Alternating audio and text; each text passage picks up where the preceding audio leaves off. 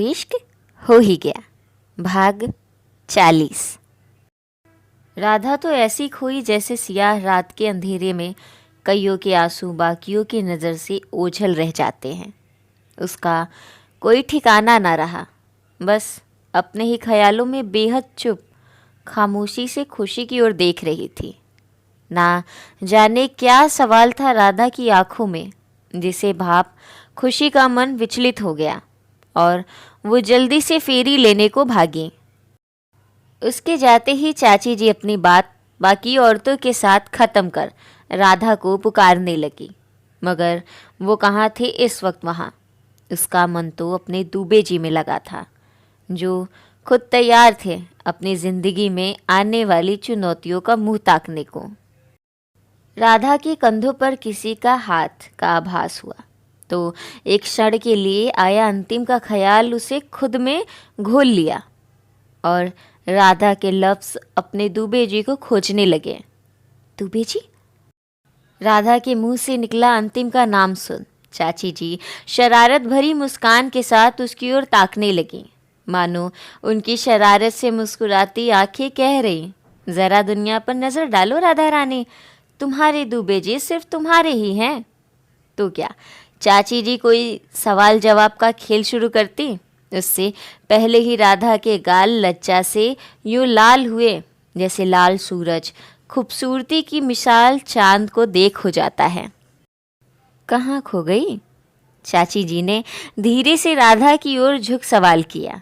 बेचारी राधा, उसका पूरा रोम रोम बहक उठा। जल्दी से अपना चेहरा दूसरी ओर घुमाए उसने कहा, कहीं भी तो नहीं? कहीं नहीं या अंतिमुआ में? चाची जी का सवाल सुन राधा जल्दी से आंखें बड़ी की उन्हें देखी तो चाची जी भी खिलखिला उठी। खो जाओ, हमारा भी ज़माना था, कभी तुम्हारे चाचा जी की याद में बड़ी रोटियां जलाई थी हमने। राधा हंस पड़ी। तो अब मैं रोटियां नहीं बनाती। राधा के गाल को हल्के से सहला। आखिर बहुओं को भी तो मौका मिले अपने पति की याद में वो रोटियां जलाए। राधा की लिहाड़ी मतलब खिंचाई लेते हुए चाची जी ने कहा और उसके हाथ को थामे आगे बढ़ गई। क्योंकि राधा के पास कोई जवाब ही नहीं था, वो चुपचाप जाकर पूजा में शामिल हो गई। और एक बार फिर उसके विचलित मन में उमड़ा खुशी नामक सैलाब यूं ही आसमान के बादल की तरह आया और एक छोटे से हवा के झोंके के साथ कहीं खो सा गया। ठीक वैसे जैसे अंतिम खो रहा अपने उस छोटे से दुकान की ओर एक टक देखता हुआ। आस पास आते जाते लोगों की नज़र जब जब अंतिम पर ठहर रही थी, तब वो उन्हें एक बेसहारा लग रहा था, जो कहीं ना कहीं सही था। आखिर अंतिम का साथ दिया ही किसने है आज तक, जिसे वो अपना सहारा बता सके। आज बनारस के मौसम का हाल और अंतिम के दिल का हाल एक जैसा था। जहाँ बनारस की शीतलता को बढ़ाने को आतुर बारिश की बूंदें अपने ही मदमस्त चाल में बनारस से मिलने को कुलबुला रही थी, और जो ही उनका मिलन बनारस से हो रहा था तो उसके रस में मगन वो बूंदें खुद को बिखेरने से ना डरते हुए तितर बितर हो जाती हैं। वही अंतिम के मन में हो रही एक शोक की वर्षा उसके विचारों की भूमि पर ज्यों ही आ बिखरी। अंतिम के मन में अनेकों विचार उमड़ पड़े, जिन्हें शांत करके उसके कदम खुद ब खुद अपने उस जगह आ गए जहाँ वो क्या है उससे उसे नहीं जाना जाता, बल्कि वो भी कुछ है। इस बात का एक सौंधा सा एहसास मिलता है अंतिम को। उसकी साड़ियों की दुकान यूं बंद थी मानो अब उसका विचार नहीं खुलने का। बड़ी आस के साथ अंतिम की दो आंखें झांक रही थी अपनी दुकान की ओर, जो दुनिया की नज़र में बस एक खामोश कुछ ना बोलने वाले पत्थरों की दुकान है। मगर कोई अंतिम से पूछे तो उसका मन जानता है वो सिर्फ दुकान नहीं, एक सहारा है, जिसने उसका साथ उस वक्त दिया जब अंतिम से हर साथ छिन गया था। यहाँ तक उसके सिर के ऊपर से पिता के साये के साथ छत भी छिनने वाली थी। टूटे बिखरे एक छोटे से कमरे को अंतिम ने दुकान का रूप तो दे दिया, मगर शायद वो खुद को इतना भूलता चला गया कि आज वो खुद टूटा और बिखरा हो गया है, और शायद उससे भी अधिक, जहाँ भावनाओं को खोजना उतना ही मुश्किल हो गया है जितना पुआल के ढेर में किसी छोटे सुई को खोजना। मगर राधा खोज रही उस सुई को, इस बात से अनभिज्ञ कि अगर वो सुई मिली तो कईयों के आंखों में चुभेगी। अंतिम को अब शायद, या कहें लगभग घंटों बीतने बराबर वक्त हो गया होगा उस दुकान की ओर देखते हुए। उसने उस दुकान को इतना देखा कि अब तो वो दुकान बोलती हुई जान पड़ती है, मानो वो सिर्फ अंतिम के लिए ही बोलना सीख ली और कह रही, एक तुम ही तो मेरे सहारे थे, लेकिन अब बाढ़ के पानी में खुद को सहारा देने पर टिके हो। क्या ऐसा नहीं हो सकता हम फिर से मिलें उस वक्त के दौर में जहाँ से हमने शुरू किया था, जहाँ कोई और जिम्मेदारी नहीं थी तुम पर, बस एक जुनून था वक्त की मार से बचने के लिए। और दोबारा देखूं मैं तुम्हें बनते हुए। इस बार तुम मुझे मत बनाना, मैं खुद बन जाऊंगी। अपने अंतिमुआ की फ़िक्र में मैं एक बार फिर संवर जाऊंगी। अंतिम उसके जवाब में मुस्कुरा दिया। ये मुस्कान सच्ची थी, उस दुनिया के दिखावों से कई अधिक सच्ची, जो सिर्फ इसलिए खुश है कि उसे खुश समझा जा सके। आज भले ही अंतिम हर चीज़ से परे है, मगर उसे इस बात की खबर बखूबी है कि उसके खुश होने ना होने से किसी और को कोई फ़र्क नहीं पड़ेगा। फ़र्क पड़ेगा तो सिर्फ इस बात से कि वो ज़िंदगी के अमीरी के खेल में अंतिम है या प्रथम। अब इस सवाल का जवाब बड़ा विकट हो गया था राधा के लिए कि उसकी आंखों के सामने वो जो बेघर लोग हैं, उनकी खुशी इतनी कैसे कि बिना किसी दर्द के वो सुकून की मुस्कान के साथ हर आते जाते राहगीर को बड़े अदा के साथ अपनी मासूम और निश्चल आँखों से देख रहे थे। जब अपनी पूजा खत्म कर अंतिम की आयु की अनेकों मुराद मांग राधा बाकी औरतों के साथ वापस घर की ओर बढ़ने लगी, तब उन्हें अपना रास्ता ज़रा बदलना पड़ा। आखिर आसमान के बादल किसी बेलगाम घोड़े की तरह आ पहुँचे और हर ओर उनके हिनहिनाने की आवाज़ों के साथ बारिश की बूंदों ने अपना कब्जा गलियों में जमा लिया। तो फिसलन से भरे रास्तों पर कोई औरत अपनी साड़ी खराब करने को रजामंद नहीं थी, और ना ही राधा। भला अपने दुबे जी के द्वारा लाई साड़ी पर एक भी दाग वो कैसे बर्दाश्त कर लेती। तो निकल पड़ी बाकी औरतों के साथ थोड़े लंबे वाले रास्ते पर। रास्ते में कई आम सी रोज़मर्रा की चीज़ें दिखी तो कुछ नए किस्से दिखे, मगर जहाँ पर जाकर राधा की नज़रें आ टिकी वो था एक सड़क किनारे बना बोरे और कुछ टीने का एक छत, क्योंकि घर कहने के लिए इसमें घर वाली बात भी होनी चाहिए।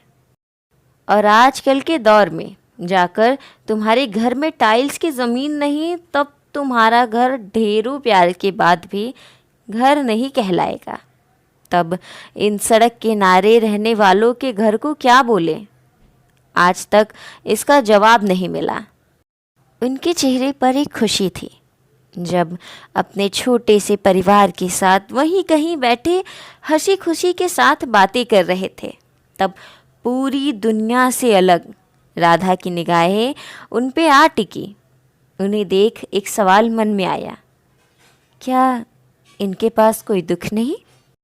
आज कईयों के पास सब है, मगर थोड़े और के लिए वो अपनी रातों की नींद तक त्याग रहे, और इनके पास कुछ भी नहीं तो भी कैसे खुश हैं। राधा ने अपने सवाल के निवारण के लिए चाची जी से सहायता लेने का सोचा। चाची जी, एक सवाल पूछूं? राधा के पूछने पर चाची जी अपनी पलकें झपकाकर उसे इशारा दे आगे बोलने को। तब राधा ने अपना ख्याल और सवाल दोनों ही कुछ यूँ प्रस्तुत किया। ये ऐसी जगह रह रहे हैं, फिर भी इतने खुश हैं। शायद कभी कभी तो भूखे पेट सोना पड़ता होगा। लेकिन राधा अपना सवाल पूरा कर पाती इससे पहले ही सुधा माँ बीच में उसे टोकी। ना ना ना, बनारस में कोई भूखे पेट नहीं सोता, क्योंकि अन्नपूर्णा का आशीर्वाद बनारस में कोई भूखा नहीं रह सकता है। कैसे ना कैसे उन तक माँ पार्वती अन्नपूर्णा का रूप धारण किए पहुँच जाती हैं।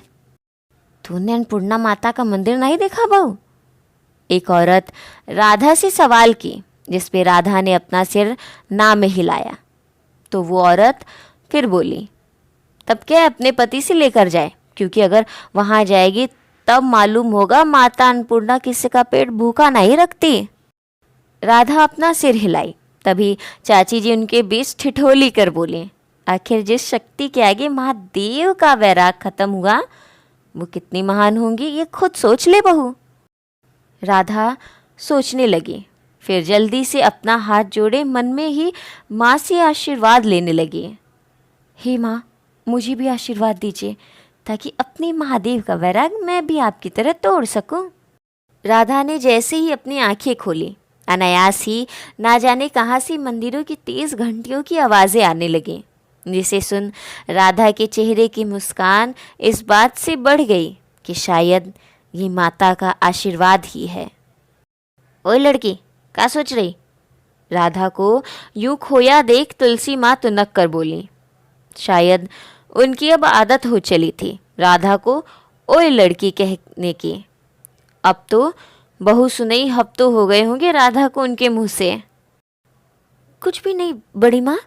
राधा जल्दी जल्दी चाची जी के पास आ खड़ी हो गई और इसके बाद सभी औरतें आगे बढ़ गई। राधा को घर में दाखिल हुए अभी कुछ वक्त ही बीता था कि कदम फिर रसोई में आकर रुके।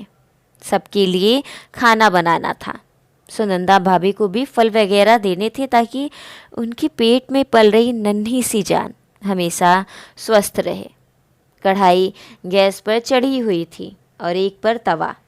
जल्दी जल्दी रोटियां बेलते हुए राधा को अंतिम का ख्याल आया, मैं भी रोटी जला दूं क्या?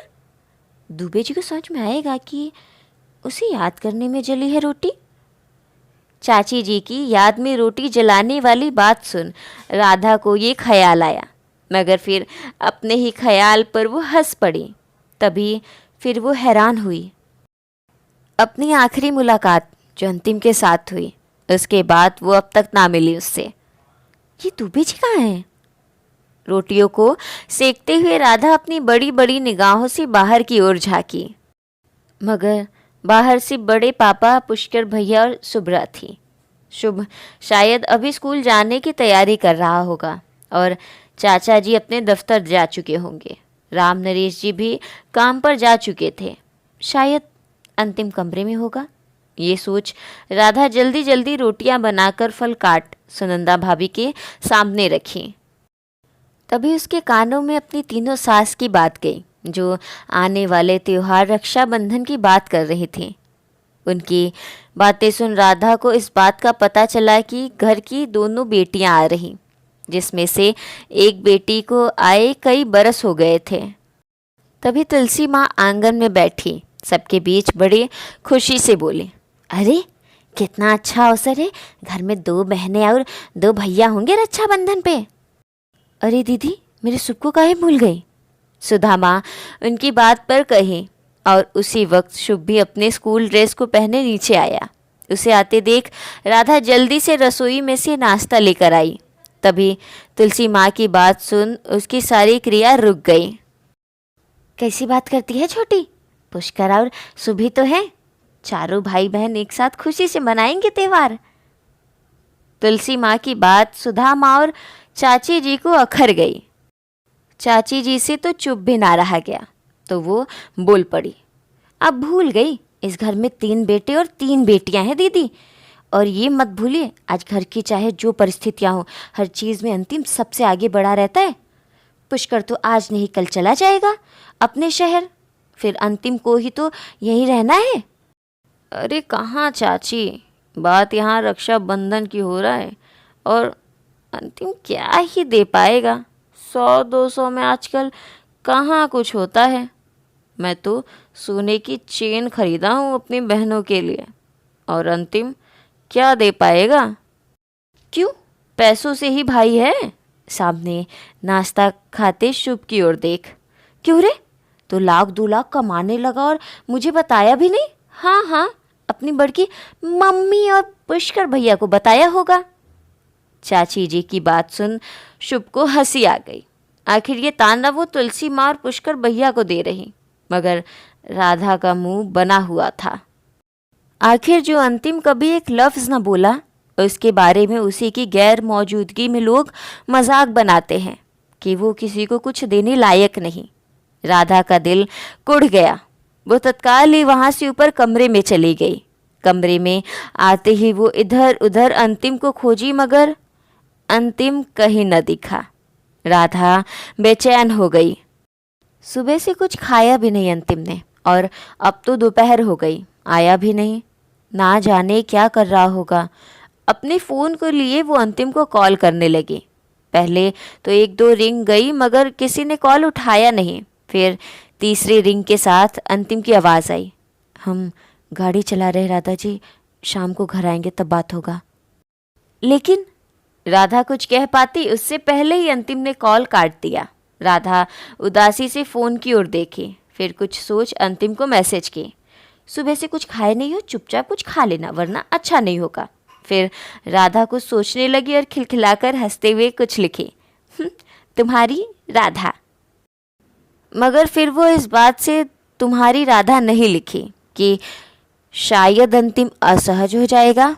आखिर राधा को इश्क का सुकून मिला है, पर अंतिम तो अब भी उससे दूर ही रहता है। अंतिम कुछ वक्त बाद जब अपनी गाड़ी रोका तो फ़ोन निकाला किसी को कॉल करने के लिए, मगर अपने फ़ोन की स्क्रीन पर आए राधा के मैसेज को देखा, जिसमें उसने सख्त हिदायत दी थी कुछ खाने को।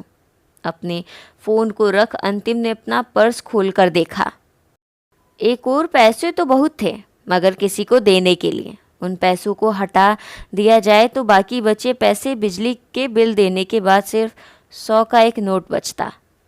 अगर हम अभी कुछ खा लेंगे तो इस 100 का नोट खर्चा हो जाएगा। नहीं नहीं, इसको रख लेते हैं, रात बिरात ज़रूरत पड़ सकता है। खाना तो घर पे जाके खा लेंगे। अपने दिमाग में हो रहे द्वंद्व के बाद अंतिम ने अपना बटुआ वापस जेब में रख एक गली के भीतर घुस गया। शाम में शायद ही बनारस सा खूबसूरत कुछ होगा। सूरज दिन भर टकटकी लगाए बनारस में ताक झाँक कर अब दूर कहीं गंगा के भीतर समाने को आतुर था, जिसके रंग में आसमान के बादल और गंगा मैया का जल एक ही रंग का हो गया था। वहीं चांद चेहरे पर एक मुस्कान लिए तारों की बारात के साथ सैर पर निकल चुका था, रात की गंगा आरती देखने को। रात का खाना बनना शुरू हो गया था। तभी अंतिम के कदम घर के दहलीज में दाखिल हुए और एक धीमी आवाज़ उसके कान में पड़ी। आ गया मनहूस। ये आवाज़ थी बड़े पापा की। अंतिम की पलकें झुक गई थी। सुबह से थका हारा अंतिम घर में आकर भी कुछ बोल ना सका और चुपचाप कमरे में चला गया। उसके जाते ही राधा भी जल्दी से कमरे की ओर भागी। अंतिम खामोशी से सीढ़ियों पर चलकर कमरे में आया और बाइक की चाबी वहीं पर लगी एक कील पर टांग रहा था कि राधा कमरे में जल्दी से आई और दरवाज़ा बंद कर अपने कमर पर हाथ टिकाए गुस्से में बोली, कहाँ थी कब से? राधा की अचानक से आई आवाज़ सुन अंतिम उसकी ओर मुड़ा। जी नहीं, मैंने पूछा कहाँ थी कब से? राधा का यूं गुस्से से बदला हुआ भाव देख अंतिम को कुछ समझ नहीं आया। कुछ हुआ है क्या राधा जी? अंतिम अपने हाथ में पकड़े फ़ोन को एक ओर रखा और राधा के सामने आया, मगर कुछ दूरी पर खड़े होकर। उसके सवाल पर राधा अपना सिर हिलाई और बोलना शुरू की। बड़ी माँ कहती है तुम किसी को कुछ दे नहीं सकते, यहाँ तक कि उन्होंने तुम्हें भाइयों में जोड़ा ही नहीं। तो अंतिम के चेहरे पर कोई भाव नहीं थे, मानो उसे कोई फर्क ही नहीं पड़ रहा। राधा के चेहरे के भाव गुस्से की जगह अब हैरत में बदल गए। अंतिम के ठीक सामने आकर वो खड़ी हुई। तो तुम्हें कोई फर्क नहीं पड़ रहा है? अरे थोड़ी खुशी तो तुम भी डिजर्व करते हो। अपने लिए कुछ करो अंतिम, क्योंकि बाकी कोई तुम्हें कुछ नहीं समझ रहा। राधा की बात सुन अंतिम कुछ पल खामोश रहा, फिर सीधे राधा की आंखों में देखते हुए बोला, आपकी शादी बिना आपकी मर्जी से हुई राधा जी हमसे। आपने अपने पिता से झगड़ा काहे नहीं किया? राधा अचरज में पड़ गई। क्योंकि वो मेरे पापा हैं। तो जिन बाकी लोगों की बात आप कर रहे हैं वो हमारी माँ है। हमारी 4 माएँ हैं राधा जी। वो चारों जो बोले हम वो करेंगे। अंतिम जवाब दिया और कपड़े लेने के लिए अलमारी की ओर बढ़ गया। राधा जल्दी से अंतिम की ओर बढ़ी और उसकी बाह को पकड़े अपनी ओर मोड़ी। 4 कैसे? अंतिम धीरे से मुस्कुराया। काकी भी हमारी माँ है। राधा जी, आपने पूछा ना कहाँ गए थे हम, तो उन्हीं से मिलने गए थे और काका को तनख्वाह देना था। राधा को अंतिम का जवाब कुछ समझ नहीं आया। आखिर दुकान तो बंद है, फिर तनख्वाह तो? उसने सीधे पूछ लिया, दुकान तो बंद है ना? हाँ, लेकिन काकी का इलाज ज़रूरी है। बिना काकी के काका जी ना ही पाएंगे। तो चाहे दुकान चले या ना ही चले, काका को हम तनख्वाह देते हैं राधा जी। ना जाने क्या था अंतिम की बात में। राधा का सारा गुस्सा कहीं दूर मन के भंवर में गोते लगाने चला गया, जहाँ से उसका लौटना मानो ना के बराबर ही मुमकिन था। राधा का मन अंतिम की बलाए लेने को कर रहा था। मुस्कुराते हुए आज फिर एक शाम में राधा अपने डूबे जी में कहीं खो सी गई। हाँ, जैसे मैं तुम्हारे बिना नहीं जी पाऊंगी डूबे जी। अंतिम को समझ नहीं आता आजकल कहाँ खोसी जाती है राधा। अब उसे कौन बताए। राधा अब धीरे धीरे ही सही मगर खोने लगी थी अंतिम में। अंतिम ने राधा का ध्यान भंग करते हुए कहा, कहाँ खो गई राधा जी? कहीं भी तो नहीं? अपनी गर्दन जल्दी जल्दी हिलाते हुए राधा बोली, मगर इसी चक्कर में उसके कानों का झुमका राधा के घुंघराले बालों में आ उलझा, जिससे एक हल्की आह निकल पड़ी, जिसे सुनते ही अंतिम थोड़ा परेशान हो उठा। क्या हुआ राधा जी? अंतिम राधा की ओर व्याकुलता से देखता हुआ पूछा, जिसके जवाब में राधा अपने झुमके की ओर इशारा की तो अंतिम को समझ आया क्या दिक्कत है। पहले वो थोड़ा घबराया, उसके हाथ थोड़ा रुक गए, मगर राधा की तकलीफ में उसने खुद को और न रोका और अपने हाथ को ले जाकर अंतिम राधा के झुमके को राधा की जुल्फों से अलग करने लगा। मगर मजाल है वो नामुराद झुमके किसी की बात माने तब ना। वो तो उलझ रहे थे और अब राधा का ध्यान कहाँ झुमकों पर था। वो तो अंतिम की ओर खोई हुई सी देखने लगी। कब वो झुमका अंतिम की बात मान राधा की जुल्फों से अलग हुआ, राधा को पता ही ना चला। वही अंतिम की नज़र जैसे ही राधा पर गई, उसकी बढ़ी दिल की धड़कनों ने चेता दिया कि उसकी करीबी कुछ बढ़ सी गई है राधा से, जो वो उसकी सांसें तक भाप सकता है इस वक्त। दोनों के चेहरे एक दूसरे के बेहद करीब थे। राधा अपनी बड़ी पलकों से अंतिम की सियाह आंखों में झांक रही थी और फिर एक बार हवा का वो चंचल झोंका कमरे में दाखिल हुआ। इस बार उसकी आहट मध्यम थी, जिसका ख्याल कहाँ किसी को था। कब वो राधा के झुमके को चूम अंतिम के गालों से होते हुए कहीं दूर जा पहुंचा, जिससे राधा का झुमका झूम उठा। और आज बनारस की एक शाम उसके झुमके में कहीं खो सी गई। तो हेलो हेलो हेलो, जानती हूँ एक दिन की देरी हुई, लेकिन पार्ट भी तो लंबा दिया मैंने, इसी की वजह से लेट हुआ। तो आपको सबसे अच्छा क्या लगा पार्ट में कमेंट करके ज़रूर बताइएगा। मिलते हैं अगले भाग के साथ।